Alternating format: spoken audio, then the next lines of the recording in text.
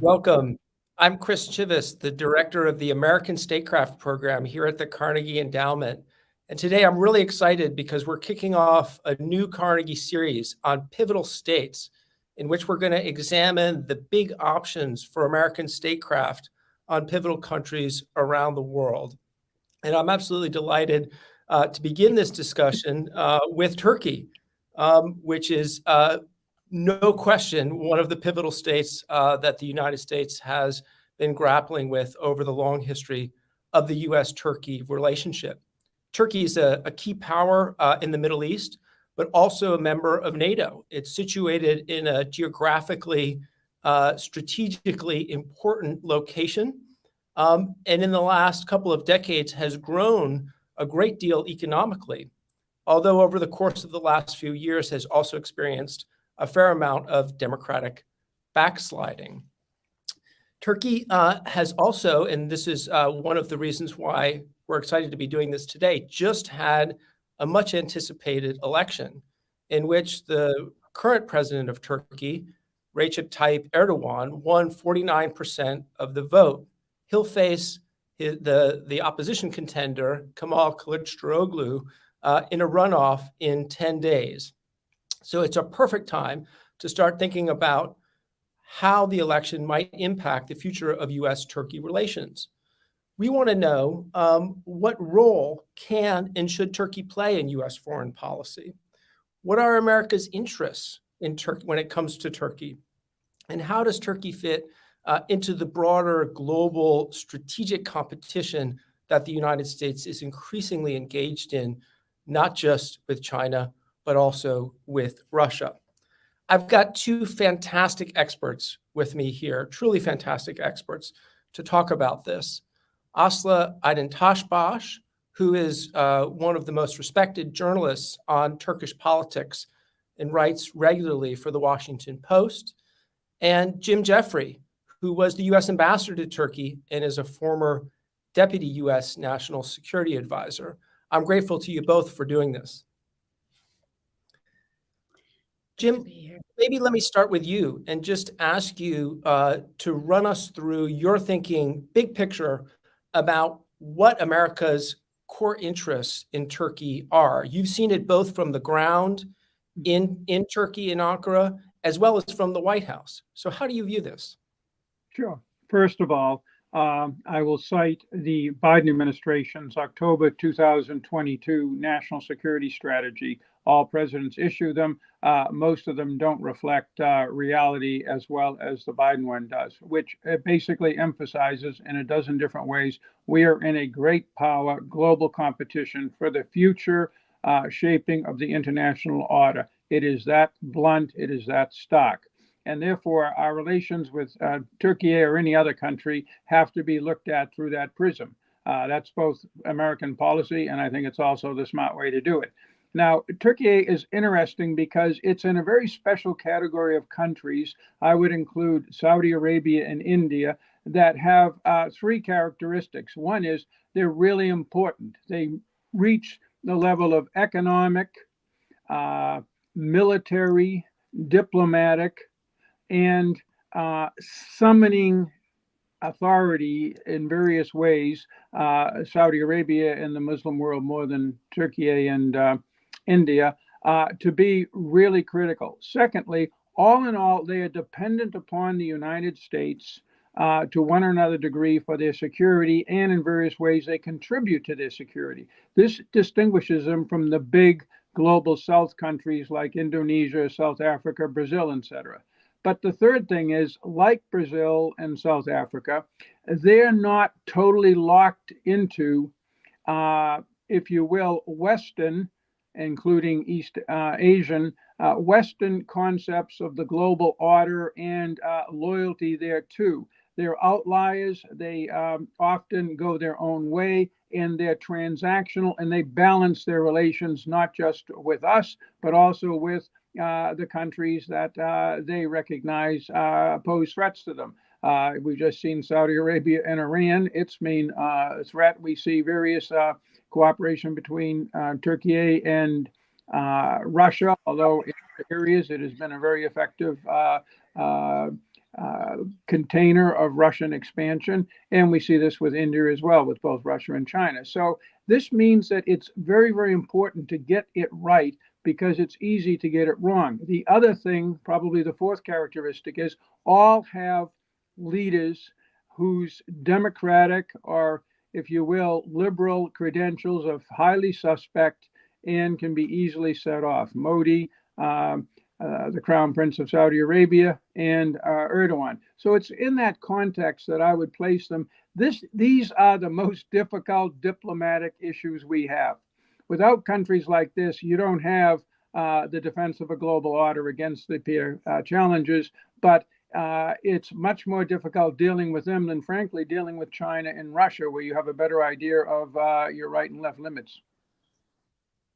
That's fascinating. There's a lot to dig into right there. But before we do, let me ask you, Aslı. I mean, you've written in the post about how the United States ought to approach Turkey. I mean, how do you see America's interests when it comes to Turkey?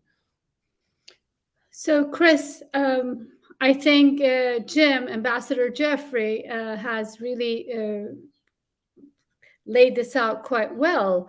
I also think it's important to think of Turkey as a pivotal power, as opposed to a middle power, global south, a hedging power. There's so many terms out there, but for the purposes of this conversation, pivotal and very much in the geoeconomic sense. And also geographic sense, as a location makes a lot of sense.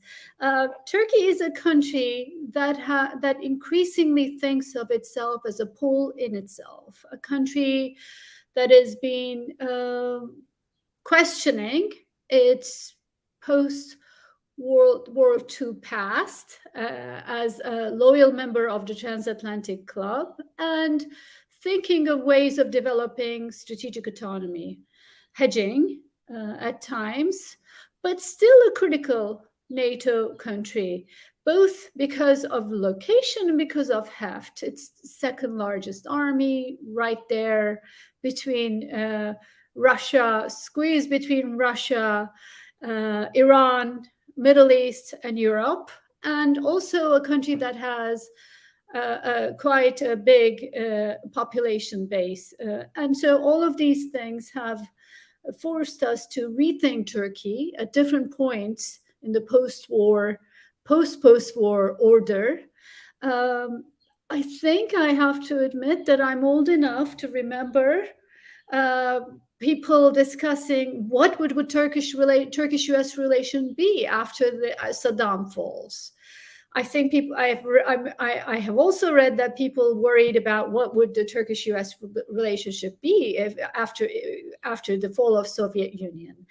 Over the past few years, there were discussions about what would the Turkish-U.S. relation be if U.S. actually is able to retrench from the Middle East.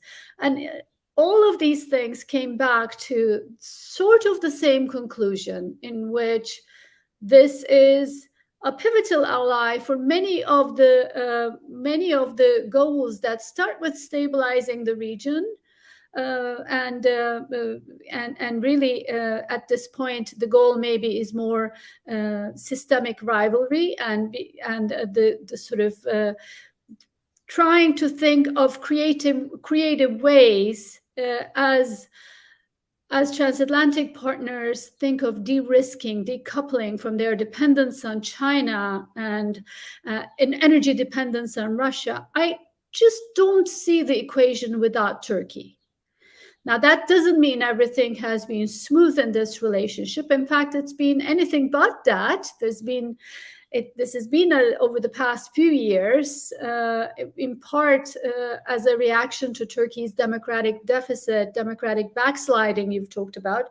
The relationship has been more and more distant. But it is also, once again, one of these issues that is pushing itself to the forefront. And like the other hedging powers, Turkey has been doing its balancing act, some type of a balancing act between Russia and the West in the war in Ukraine. But in doing so, it has been able to deliver, it seems, under Erdogan, and sometimes with his direct engagement, it's been able to deliver on things like grain deal, securing the continuation of the grain deal, prisoner exchanges, and perhaps, attempts at negotiations. So that, I think, provides an interesting new model for Turkey. We have to accept that this is the Turkey that we have right now. It's not the Turkey of a decade ago or 2 decades ago, not the post-war Turkey, certainly, and a country that is thinking of its future in a multipolar format. I don't see, here I am in Istanbul right now, and I don't sense a huge desire to return to the transatlantic community in the way Turkey used to be. But it is still a pivotal state and a partner and a key NATO country. So this is an area in which, yes, there is systemic rivalry, but increasingly countries in the middle powers like Turkey are refusing to accept the binary option that is given to them, and they'll be pushing for their own way, doing their own deals, doing their own back deals, trying to come up with their own regional agreements. And I think Turkey is leading the example in that. And it's interesting because, I mean, what you both have described is a country that obviously has enormous importance because of simple geography, the fact that it is at the intersection between Europe, Russia, and the Middle East, and yet also in terms of global politics, is trending more towards multipolarity. And the interesting thing to me about those two characteristics of Turkey is that they present, on the one hand, an enormous amount of frustration, I think, for U.S. policymakers. I certainly have seen it during my time in government working on Turkey. But also, one of the things that makes Turkey so important is because it has these relationships, for example, with Russia. Would you say that's right, Ambassador Jeffrey? It is, and at times Turkey can be a conduit. We've used it very effectively, and it has gotten heaps of praise from us, which is unusual, for the grain deals and various other negotiating endeavors between Kiev and Moscow. But I think you're right on target. It's just that there's reasons for this beyond feeling their oats as an important country. First of all, it's success. It's also successful because it is done well in military and economic terms. Although I would say, and Aslı's on the ground in Turkey right now, that may be at risk with Erdogan's bizarre financial policies, and has been for a few years. That notwithstanding, what the Turks see is first, frankly, up until Ukraine, an overall American tendency to retrench, reflected in much of Donald Trump's activities and policies, and to some degree those of President Obama, and to some degree President Biden before the Ukraine war. But secondly, even now, after the Ukraine war and after very tough positions with China, in the Middle East, I don't know, and that's what my job is, to analyze things in the Middle East. I don't really know what the administration's policy is, but it has everybody in the region worried.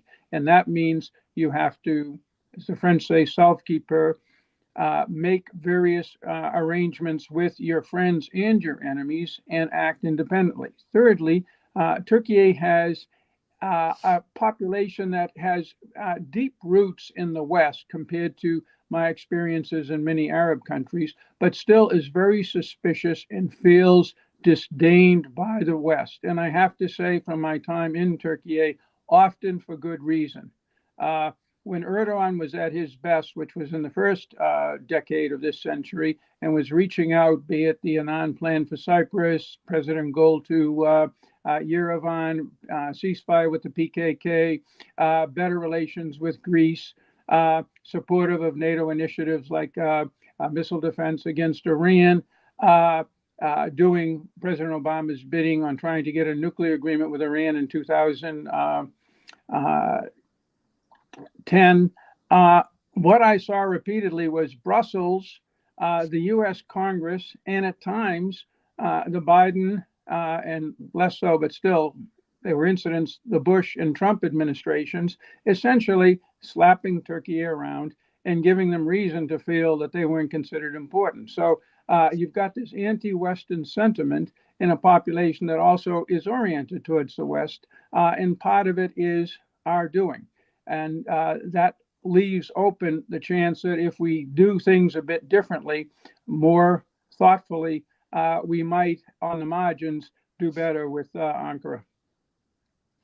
Aslı, do you agree with that? Do you think that the history of U.S.-Turkish relations, especially in the last 10 or 20 years, has tended to make Turkey more reluctant to work with the United States?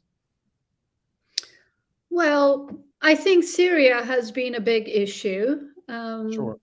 And now Ukraine. I think that Turkey feels it has to cut its own bargains because it cannot rely on the US anymore. In Syria, I think had Turkey and US decided sort of to go for a regime change option, that would have opened up probably a huge zone of influence for Turkey and difficulties as well, which President Erdogan does not want to admit. But I think that is what he wanted, a sort of a US to agree to the idea that there would be this natural Turkish zone of influence in the Middle East and in particular in Syria. And he seemed to be disappointed during the Biden administration that that option was not given to Turkey, or US was not playing along with that scenario. Turkey tried to create its own zone of influence, currently actually really controlling a large swathe of territory in northern Syria. But Syria stuff is also interesting because I think when the administration and Europeans certainly look at Syria, they feel it's a relatively successful containment issue. Mm-hmm. Containment issue with refugees, political containment. It's sad, and with everyone realizes that it's a brutal regime. But the fighting phase is over, and there's sanctions and not a huge bleeding issue from the policy perspective. In fact, I moved to Washington in September, and until sometime like February, I had not heard the word Syria in any conversation. Everything was about China and systemic rivalry and decoupling, etc. So I think, but for Turks, Syria is a case where they need to think of their own destiny and really not rely on allies. And now I think to an extent this colors their outlook on the war in Ukraine. My understanding is they don't think Russia will be defeated. I don't think they want Russia to control Ukraine. I think anybody who's studied Turkish history or Russian history knows that it would be unfavorable to Turkey if Russia controlled all of Ukraine. Would it be unfavorable? To Turkey, if Russia were to control all of Ukraine, it would be unfavorable to Turkey. I think it would be, there are some people who are more Eurasianists and see the West as a threat in this country and in the system within the bureaucracy as well.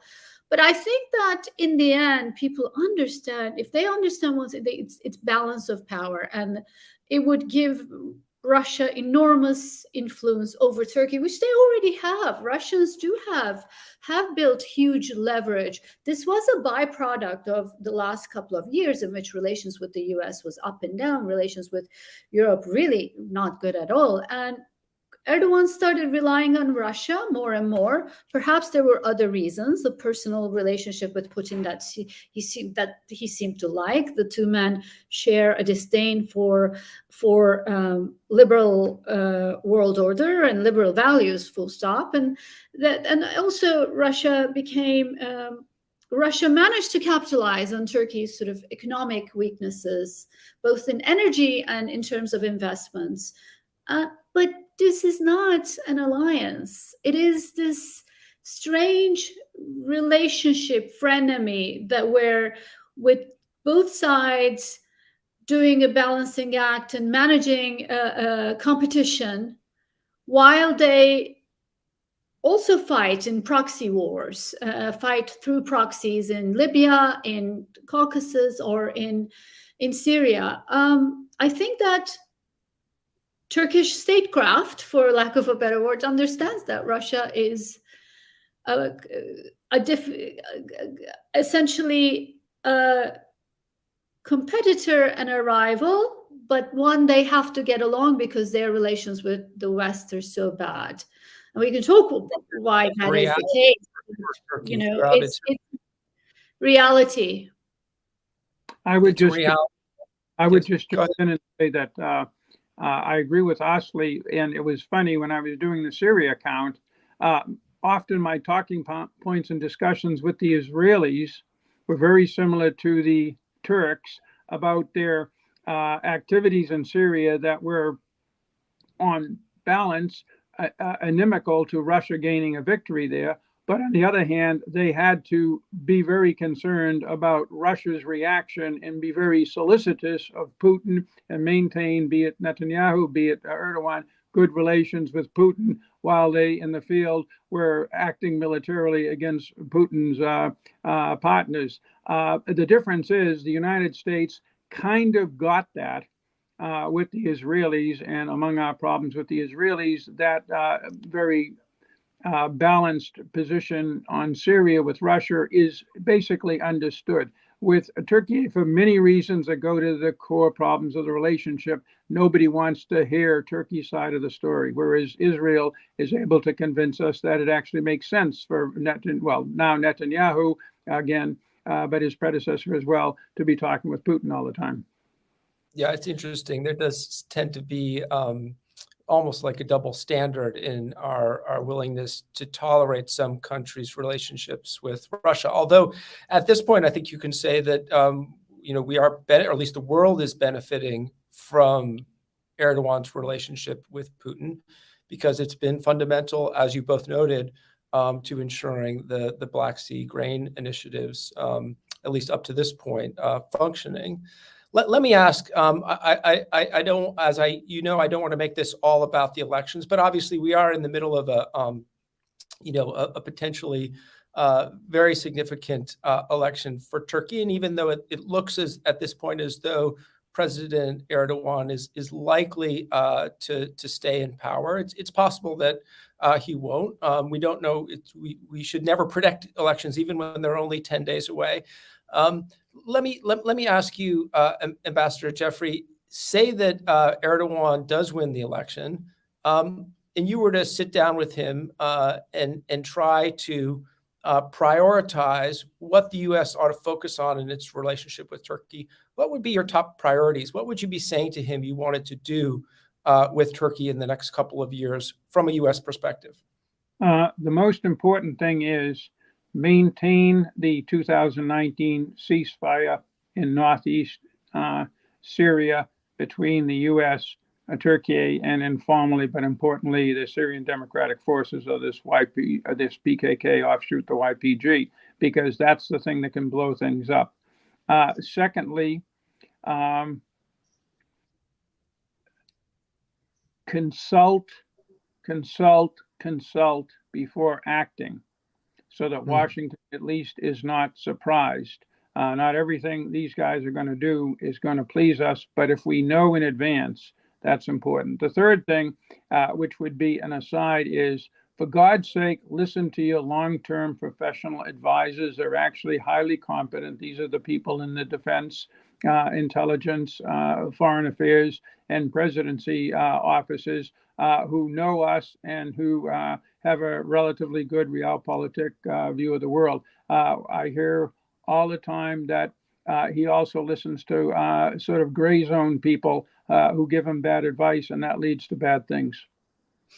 Very interesting. Aslı, how about you? If you were to sit down as an envoy from the United States to President Erdogan, what would you say to him we ought to be working on? Look, I would say, President Erdogan, if I were President Biden sitting with him, I would say, this is not the relationship I want to have with you. And this is not the relationship I want our countries to have. This is not, it's not working. I know it's not working. We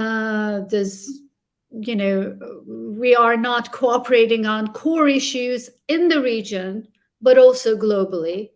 There's anti-Americanism in Turkey, which you often raise. You often also make plenty political use of.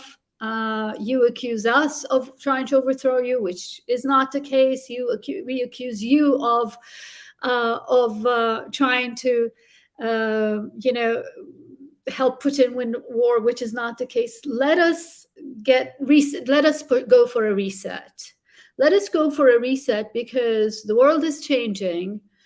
And this is an age of systemic rivalry. We know that Russia is not going to be your long-term friend, nor is China. As we think of a new Yalta at some point, a new world order that emerges, let us work together in ways which would make you one of the key participants in that emerging new world order. And I would point out the economic benefits that are out there for Turkey as the Western economies decouple, are planning over the next 10, 20, 30 years to decouple from China, and how technologically, how that could help Turkey's industries advance technologically, sort of leap forward if they were to do what China did 10, 20, 30, 40 years ago, and perhaps, put subsidized research and R&D. This is a country that produces a lot of things. This is a country that has a broad industrial base, and it's well positioned to be a manufacturing base for Europe. And I would point those things out and say, but we also have issues on the democratic front. We know that, I know that, that your population also wants democracy. Let us also see how we can talk about these issues in a non-antagonistic way that would help you address some of the concerns of your population. I would try Would this. your answer change significantly if Kılıçdaroğlu did prevail and managed to get elected president? I think if Kılıçdaroğlu were the president, because his primary agenda is rule of law, return to democracy, there would almost be an automatic opening and really sort of engagement with Europe and US. And I think that I would encourage that democratization, his stated goal for rule of law, caution him on some of the regional issues such as refugees and partnership and sort of reinforce talk about the need to reinforce partnership in economic issues. But maybe I wouldn't have to do that big loop in order to get to democracy. I wouldn't have to really diplomatically speak, tiptoe around that issue. But in both items, I really would highlight, in both conversations, I would highlight Turkey's future role in the world order, and that it can really play the potential role it wants to play if this balancing act right now, the Western leg of this table is gone. It's not working. The table is squeaky because one leg is gone. I think President Erdogan or Turkey's future leaders have to build that. This is the Pivotal States series at the Carnegie Endowment. We're talking about Turkey. I'm here with Ambassador Jim Jeffrey and Aslı Aydıntaşbaş. We're ready to take questions from the audience. Anyone who is logged in is welcome to put a question into the chat. And we will do some, potentially some filtering of those. Sometimes we get quite a few, but we will try our best to respond to them in the remaining 20 minutes that we have. Ambassador Jeffrey, let me throw that same question back to you. I want to talk about China a little bit more, but let me just give you the chance to lay out whether or not your approach to a Turkey in which Kılıçdaroğlu is president would vary in any significant ways from the approach that you laid out in the current situation where President Erdogan is president of Turkey. I think it would be very similar to what Aslı laid out. We wouldn't have to emphasize the rule of law and liberal democracy aspects the way you have to always have it on the agenda with President Erdogan, and you wouldn't have to caution against the fiery rhetoric that we always have to do with Erdogan and his advisors to limit it, even if only at best at the margins. But we would have the same issues. And in fact, I was recently in Istanbul as well. And what I heard from people close to him and his advisors is, look, and many things will be different, but Erdogan in his own way is pursuing in the near abroad Turkish national interests, not Erdogan interests, be it in the Aegean, be it Cyprus, be it undersea resources in the Eastern Mediterranean, the Caucasus, our dependence on and containment of Russia, likewise Iran. So we are still going to have to work through issues between us. And I think that would be the case. That was the case 3 of my 4 tours in Turkey, where before Erdogan was president, and the same set of issues was constantly on the agenda.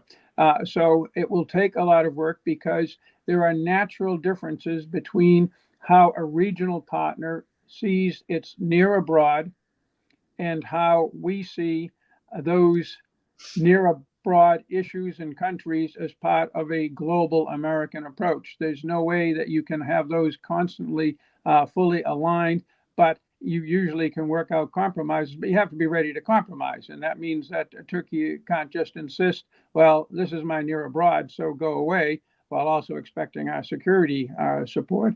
And the United States can't simply say, look, once we've taken a decision, it's your job to follow it. There's a little bit of this in the relationship. As I said, we have similar problems with Israel, but for various reasons, we tend to work through them somewhat better. Do you think that would also be true with Russia and China? If Erdogan were to lose the election, would Kılıçdaroğlu take a different approach towards Russia and China than Erdogan has? I think that, first of all, Turkey's energy dependence, while they have cut it by almost over a third, is still significant in natural gas, and its trade and tourism accounts are very much determined by Russia. Russian-Turkish trade is $60 billion. That's roughly twice that of the United States, although the U.S. is coming up. So that's a big thing, and that doesn't go away. And Turkey's strategic challenge Turkey sees in Russia will not go away as long as Russia acts anything like the way it does. And I will put in an advertisement for Turkey. The 2 decisions taken to let Finland into NATO and to use an obscure paragraph of the Montreux Convention to block any Russian naval reinforcements into the Black Sea has tremendously strategically complicated any Russian future military threat against NATO as a whole. These are very dramatic steps. Aslı, do you have the same view when it comes to Turkey's future relationship with China and Russia? Do you see a big difference in terms of the policies that someone other than Erdogan, especially Kılıçdaroğlu, might pursue? I think there would be differences and similarities. Rule of law issues would bring, as I mentioned before, a closer engagement with Western partners. But look, Russia is controlling Turkey's northern flank in the Black Sea and southern flank in Syria. not just Kılıçdaroğlu. If Jim Jeffrey became the president of Turkey, he would have to get along with Putin and not antagonize him. I think that is the reality today in this. I happen to think President Erdogan has somewhat contributed to Putin increasing his leverage over Turkey. But, as has the Biden administration, as has the previous administration, the Trump administration, as has the reality is Russia is controlling Syrian airspace. And that is no small thing. I think that Russian interference was a big issue in this election. Maybe that's worth pointing out. The government... You think that Russia intervened in order to support President Erdogan? Well, there's no doubt that Russians preferred President Erdogan to win and have been helping him, in a sense, by delaying natural gas payments. We don't have a price tag on this, but something in the vicinity of 20 billion is what the figure, $20 billion is the figure I'm reading. Because Turkey has a crunch, is economically not doing that well, and it needed this support, and this is a very generous support. In addition to direct payments to central bank from Rosatom. Rosatom is the Russian energy giant, is building Turkey's first nuclear reactor, built and operated by Russians. And in addition, though, the opposition has come out and accused Russia of pulling its weight, using inside Turkey, of trying to interfere in the electoral process. And when I try to understand what that means, and I did reach out to people in Kılıçdaroğlu camp to ask, what exactly are you talking about? Is it social media? Is it other things? There had been speculation that Russians are using their social media trolls and all of that in support of some government candidates. But what they told me was that they think that the Russian project in Turkey in the elections was supporting third-party candidates that effectively made sure this would go to a runoff. I see. Oh, okay. Winter opposition candidates, the sort of other opposition other opposition figures to Kılıçdaroğlu, and they said that I'm pretty much relaying the conversation here that I had that was on background, but they basically told me that they understood that Russians were supporting the government in social media, and they're fine with that. They understand Russia and Turkey have this strategic relationship, and Russia is supporting Turkish economy, and they're fine with that. They understand Rosatom, but when we started getting too many attacks on our systems, servers, and when we realized that according to them, there were attempts to sort of AI generated images, they say, that they blame the Russians on being circulated. And then, so they did something quite unusual. Kılıçdaroğlu tweeted in Russian and in Turkish, warning Russia not to interfere in elections. This is, of course, created a strange situation because President Erdogan and Jim would know this, having served here, but President Erdogan always accuses US of interfering in Turkish elections, supporting opposition, trying to bring him down. The West is trying. This is a common theme in Turkey, so common that I think that it's not scandalous or even noticed anymore in Western capitals. But here you had President Erdogan saying the West, and Joe Biden specifically, is supporting the opposition, and the opposition saying Russians are supporting the government. It was a big...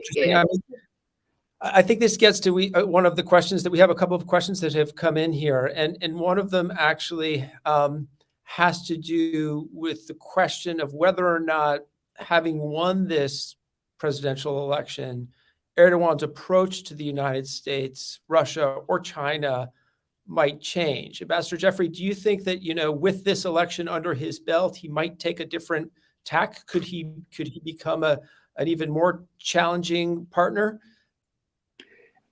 His trajectory in the last few years has been from more problems to less problems, be it with Israel and the Arab states, be it with Greece, most recently, be it in the Caucasus between Azerbaijan and Armenia, and certainly with us in Syria. He was threatening back in November to launch another destabilizing incursion into northern Syria. He didn't do it.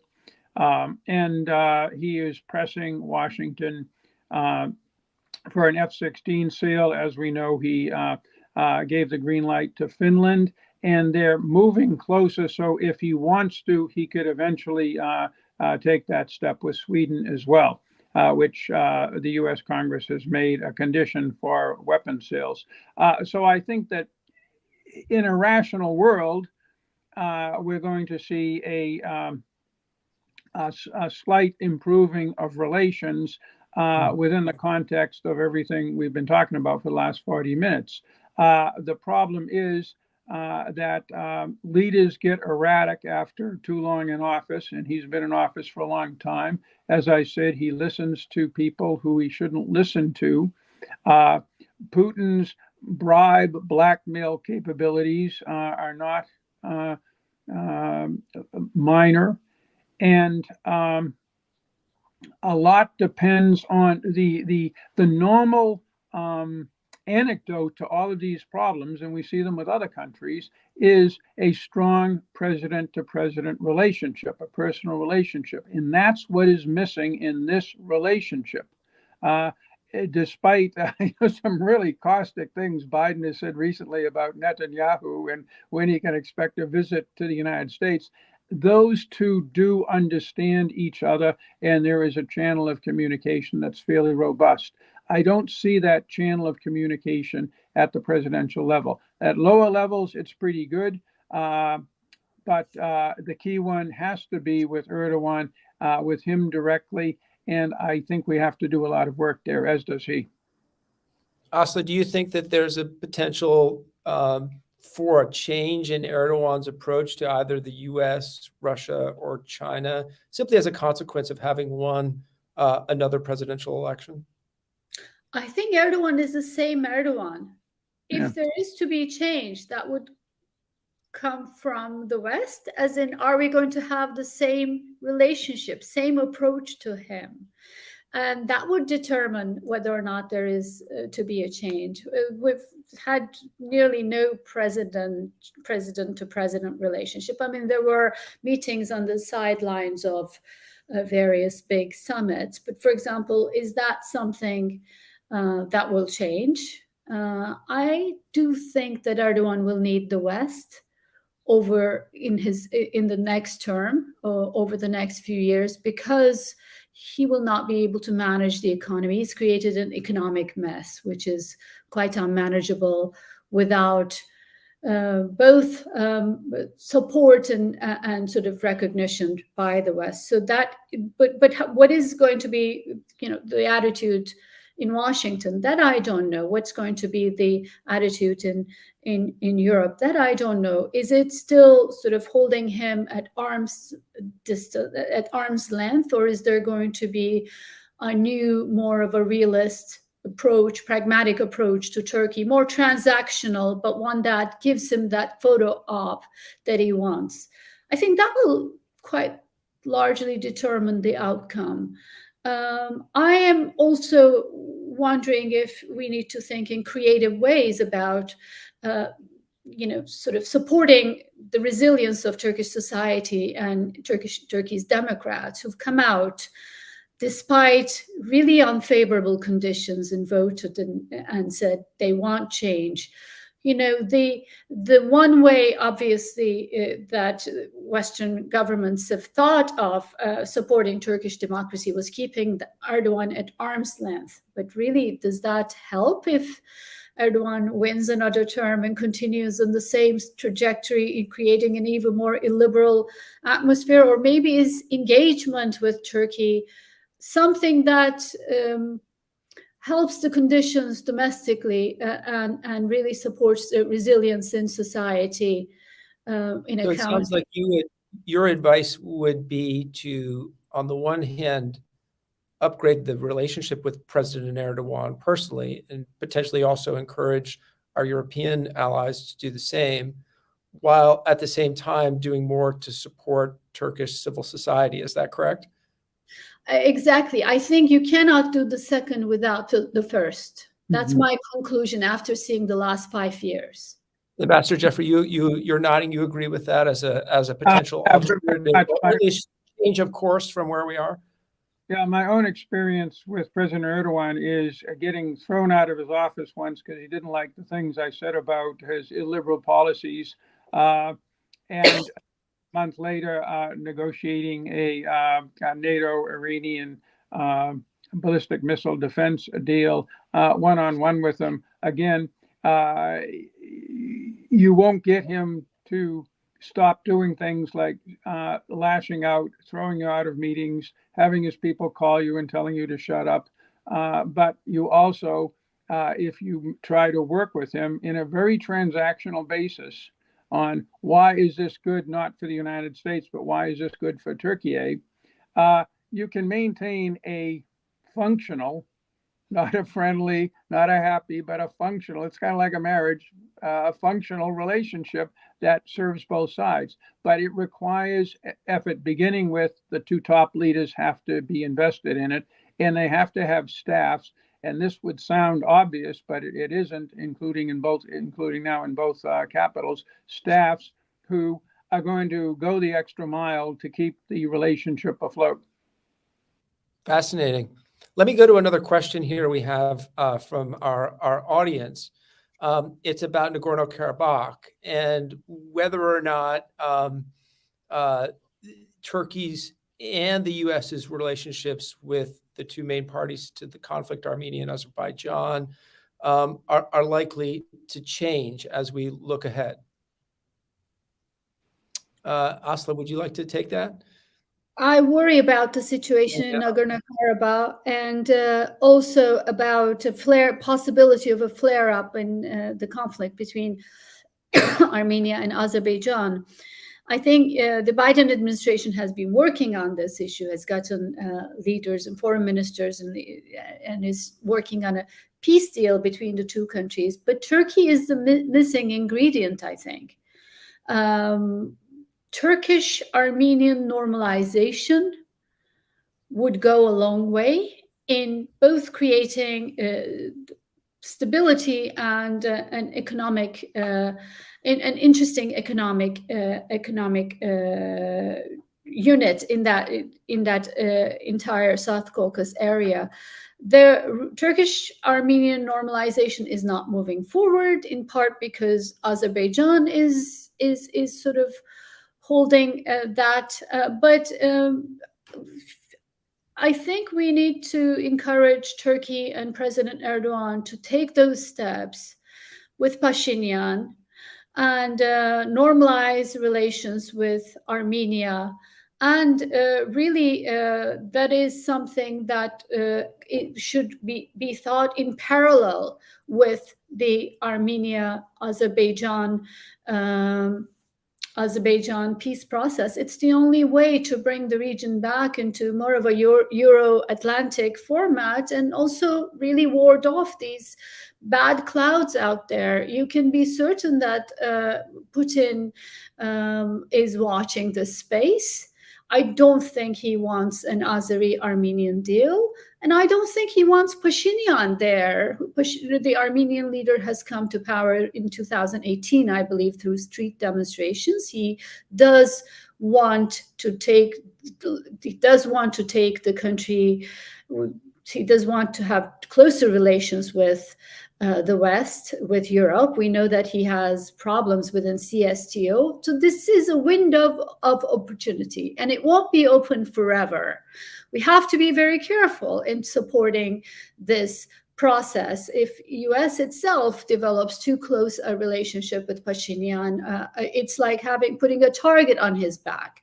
But if Turkey ends up being the bigger player here and really developing an economic union, opening up trade and transport routes in this area, I think that would really be very important. I want to finish this conversation by broadening the lens again to the global picture, and ask you both if there were one thing that you would recommend the United States do in order to help to encourage Turkey from moving too far away from the West in the global strategic competition that is now underway, what would it be? What do you think the most important thing the US could do to strengthen the pull of Turkey toward the West and try to counter some of the efforts that Russia and China have been making to pull it in their direction? Ambassador Jeffrey, would you like to go first? Sure. I would hand Erdogan two recent editions of The Economist. One cover story on the abiding and growing economic, technological, and to some degree military and diplomatic strength of the United States vis-a-vis where it was a few years ago. And in the latest edition, the basic stalling of the Chinese economy and society. And the point I would make based upon that and a lot of other things, including the success, brilliant success I think we've had with Ukraine, is to say, you want to be with the long-term winners. Now, I realize we have problems, including, we may blow our debt limit in a few days and we have 2024 looming. That said, China and Russia are not the future. The global south is not the future. It will sit things out and benefit from the world order that the rest of us keep upright. The extended west, of which Turkey has 1.5 feet in, is the future. They just need to work with us, and we need to work with them. That's the big picture. As I said, because of my diplomatic background, I think a lot of the actual work has to be done behind the scenes, leader to leader, staffs to staffs, being careful, being professional, tradecraft, and we don't do this enough. You can overcome the inevitable problems with Congress on the one hand and nationalistic advisors and allies of Erdogan on the other, but only by careful coordination at the top and at the middle levels. We don't have that right now. It's urgent. Aslı? Well, I think two things. The first is may sound a little bit obscure to our viewers in the US, but I would really push Brussels to upgrade its customs union with Turkey. This is a 1995 free trade agreement that is outdated, doesn't meet the needs of industry on both sides, but it is really one of the key pillars of European Turkish Western relationship. Turkey, at the end of the day, Europe is its top market. Europe is the top investor in Turkey, top financier in Turkey, and upgrading and modernizing, starting talks for the modernization of this, I think would be beneficial, not just to bilateral relationship, but in terms of bringing Turkey back to a little bit to the transatlantic community here. Secondly, obviously, we need to be consistent about human rights, but messaging on human rights and democracy. But really, this is the place to have this conversation is also with Turkish officials and Erdogan and privately. It's not helping for U.S. Congress to use this and tie this to other issues such as defense sales and defense purchases, because it's just creating this this paralysis in the relationship. I think we need to get Turkey back into into the NATO framework here, and the way there's no way of doing that without having a defense relationship. Turkey's place in NATO is not going to be what United States wants it to be if there is no defense relationship. It's just the nature of the alliance, right? And getting that right would be very important. Thank you. This is Pivotal States, and I'm Chris Chivvis, the director of the American Statecraft Program here at the Carnegie Endowment. We've been talking about the future of U.S.-Turkey relations with Aslı Aydıntaşbaş, one of the world's most respected journalists on Turkey, and Ambassador Jim Jeffrey, former U.S. ambassador to Turkey and former U.S. Deputy National Security Advisor. This has been a great conversation. I feel like we could go on for hours with both of you. I look forward to continuing it in the future, but let me just say sincere thanks to you both for doing this. Okay, bye-bye.